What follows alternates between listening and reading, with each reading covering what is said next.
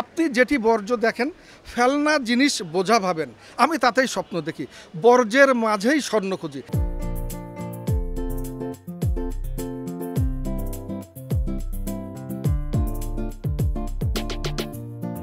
এইটার সাথে নবায়নযোগ্য শক্তি উৎপাদনের কি সম্পর্ক? সম্পর্কটা হচ্ছে এই, আমরা যখন এটা একটা গ্যাসের স্টোভের উপরে আমরা এই পাতিলটা দিয়ে যখন জ্বালাচ্ছি, চারি সাইড দিয়ে যে আগুনটা বের হয়ে যাচ্ছে, সেই আগুনটা বের হতে দিবে না। যখন আমরা এরকম তখন একটা হিট ব্লকার, হিট গার্ড বা গ্যাস সেভার ব্যবহার করব। এবার পাতিলটা বসালাম, সাইড দিয়ে কিন্তু আর কোনো আগুন বের হতে পারলো না।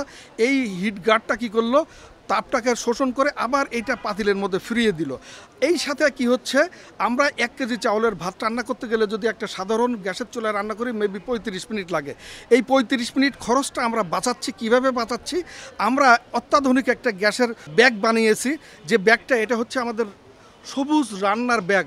এটা হচ্ছে পাটের বর্জ্য থেকে তৈরি সবুজ রান্নার ব্যাগ। আমরা কি করলাম, এইখানে 10 থেকে 12 মিনিট বয়লিং পয়েন্টে আসা পর্যন্ত অপেক্ষা করবো। আমরা 35 মিনিট জ্বালাবো না, মাত্র 10 থেকে 12 মিনিট জ্বালাবো। যেই দেখবো ভ্যাপারেশন হচ্ছে, বলক নিয়েছে, তখন আমরা এই মুখটা ক্লোজ করে দিয়ে আমরা এটার মধ্যে ঢুকিয়ে দেব।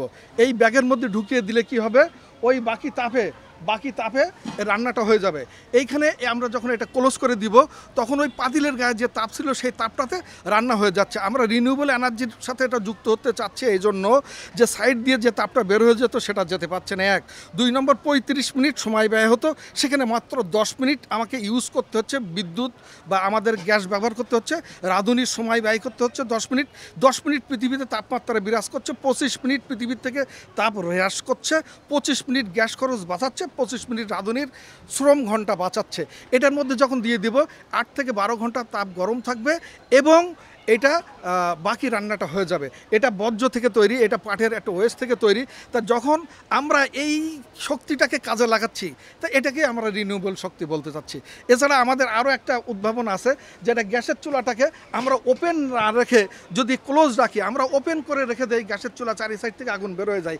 আমরা যদি পাতিলটা এই গ্যাসের চুলার মধ্যে ঢুকিয়ে দেই কেমন হয়? তাহলে তো কোনো দিক থেকে তাপ বেরোতে পারছে না, নিরাপদে রান্না করতে পারছে, আগুন ধরার সম্ভাবনা নেই, রাঁধুনির হাত মুখ বুক পুড়বে না, পৃথিবীতে তাপমাত্রা কম হবে এবং দ্রুত তার সাথে রান্না হবে। এটা আমাদের একটা লেটেস্ট উদ্ভাবন, এটা নিয়ে কাজ করছি, রিনিউয়েবল এনার্জির একটা সোর্সিংয়ে বলতে পারি।